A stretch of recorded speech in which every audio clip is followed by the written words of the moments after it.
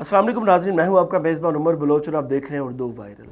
नाजरीन, इस्लाम पूरे के इलाके में एक वाक़या पेश आया जिसमें आपने देखा कि एक बहू ने एक उसी घर के दामाद और उसी घर के बेटे के साथ मिलकर अपनी सास को जो है वो मौत के घाट उतार दिया। और वो जो उसकी सास थी वो उसकी फुप्पो भी थी। अब इनके जो रिलेशंस हैं ये हमारी आवाम को समझ में नहीं आ रहे। तो आज का जो ये व्लॉग है इनके रिलेशंस पे है कि ये क्या रिश्ते थे और इन्होंने कैसे बर्बरियत का मुजाहिरा किया और उस खातून को जो है मौत के घाट उतारा। ये जो बहू थी उनकी, ये उनके भाई की सगी बेटी थी, मतलब कि उस औरत, उस मकतूला की ये भतीजी थी। और वो जो लड़का था जो उस घर का दामाद था, उस आंटी की बेटी का हस्बैंड था, बड़ी बेटी का हस्बैंड था।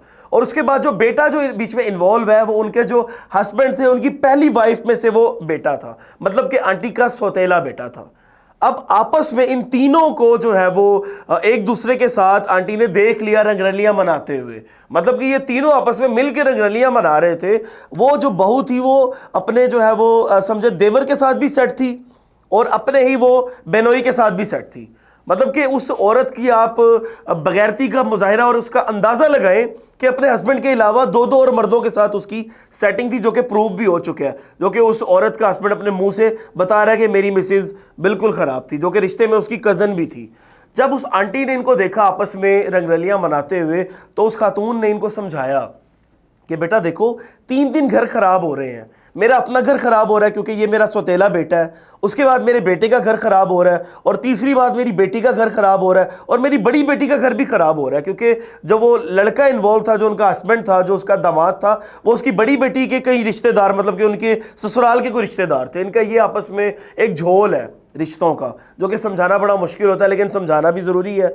अब उस आंटी ने इनको तीनों को मना किया कि तुम लोग जो ये हरकतें कर रहे हो ये अच्छी नहीं है, आप हरकतें मत करो, ये हरकतों की वजह से 4-4 घर खराब हो रहे हैं, माहौल जो है वो ख़राब हो रहा है। और बड़ी बात, जो उनकी बहू है वो प्रेग्नेंट भी है, और वहाँ से जो बेटी है जिसका हस्बैंड इन्वॉल्व था वो भी प्रेग्नेंट है, और इन दोनों की डिलीवरियों में कुछ मेरे ख्याल से 1 महीना सिर्फ रह गया था। तो आंटी ने कहा कि भाई आपके घरों में तो अल्लाह पाक खुशियाँ बखेरने वाला है, आप दोनों साहिब औलाद होने वाले हो, आप ये क्या काम कर रहे हो, आप किन घटिया हरकतों पे उतर आए हो। जब ये चीज़ उन्होंने देखी तो उन लोगों को ख़तरे की फिर घंटी नज़र आई कि यार ये जो हमारी सासू माँ है, इन्होंने तो हमें देख लिया, रंगे हाथों पकड़ लिया जनाब, अब इनका कोई मामला करें कि ये उनको रास्ते से हमने हटाना है। जबकि उस मकतूला ने किसी को नहीं बताया था, उन्होंने सिर्फ अपने भाई से शेयर किया था कि भाई आके आप इनको समझाओ, ये मेरी बात तो सुन नहीं रहे। और उसके बाद क्या हुआ, जब घर में कोई भी नहीं था, जब उन्होंने उनको मारने का प्लान बनाया, उनको पहले नशे वाली गोलियां दी।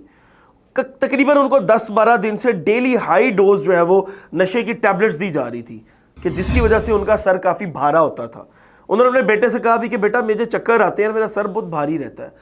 आखिरकार वो दिन आया कि इनको मारने का जो उन्होंने प्लान बनाया हुआ था, उस प्लान पे अब इम्प्लीमेंट होने लगा। अब जब अगली बात जब मैं बताऊंगा तो आपके रोंगटे खड़े हो जाएंगे कि लोगों की बेहिसी और माशरे की बेहिसी का क्या आलम है। उस औरत को जब रूम में साथ ही बालकनी है, साथ ही एयर कंडीशन है, कि अगर आप आवाज़ मारते हो तो 3rd पोर्शन तक आपकी आवाज़ जाती है। उस आंटी ने इतनी चीखें मारी कि बाहर गली वाले भी सुनते रहे, ऊपर वाले भी सुनते रहे, और मालिक मकान भी सुनते रहे। मालिक मकान जो है वो, उनका जो बयान हमारे सामने है, वो खुद तो सामने नहीं आई। उन्होंने कहा कि जब मैं नीचे आई तो मैंने देखा कि इसको गिरेबान से पकड़ के तीनों घसीट रहे थे, लेकिन मैंने वहां पे कोई एक्शन इसलिए नहीं लिया कि मुझे लगा ये कहीं मुझे भी मार ना दें। मैंने 1-5 इसलिए नहीं की कि पुलिस आके कहीं मुझे ही ना पकड़ ले। मैंने बाहर जाके शोर इसलिए नहीं मनाया कि मेरे पे नाम ना आ जाए। मतलब कि कितनी बेइज्जती का मुजाहिरा किया है उनके मालिक मकानों ने। अगर बाहर जाके शोर मचाते या 1-5 ऊपर अपने घर जाके करते, नीचे देखा कि वो उसको मार रहे हैं, ऊपर जाके वो आंटी जी सो गई हैं, तो ये बेइज्जती का मुजाहिरा किया है। और मैं ये समझता हूँ कि इस कत्ल में कहीं ना कहीं आपका भी हाथ है।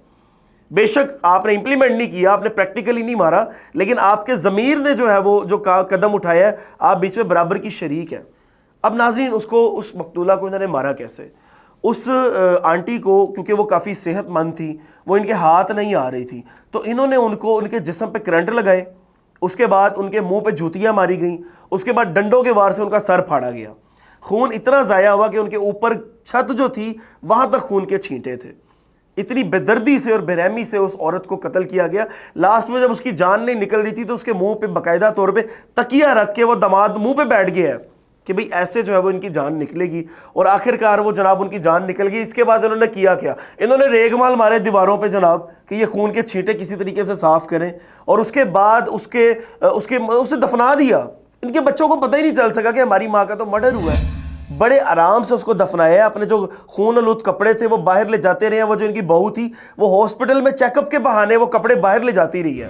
جو ہاسپٹل والے ڈاکٹرز تھے انہوں نے کہا کہ بھئی یہ گری نہیں ہے، یہ واش روم میں گری نہیں ہے، ان کا کسی نہ کسی طریقے سے مرڈر ہوا ہے۔ کڑیاں ملتی کہ ان کا بیٹا ہے نعمان، جس کا میں نے انٹرویو بھی کیا تھا، اس نے پھر بہت زیادہ متحرک ہو کے جو ہے وہ اس میں سٹیپس لیے۔ وہ گیا ہاسپٹل، اس نے پوسٹ مارٹم کروایا۔ پوسٹ مارٹم جب اس کی مقتولہ کی لاش جب دوبارہ 26 دن کے بعد نکالی گئی تو ان کا بیٹا کہتا ہے کہ ان کے چہرے پہ ویسے ہی نور تھا، اور ان کا خون جو تھا وہ بالکل اسی ٹائم فریش تھا۔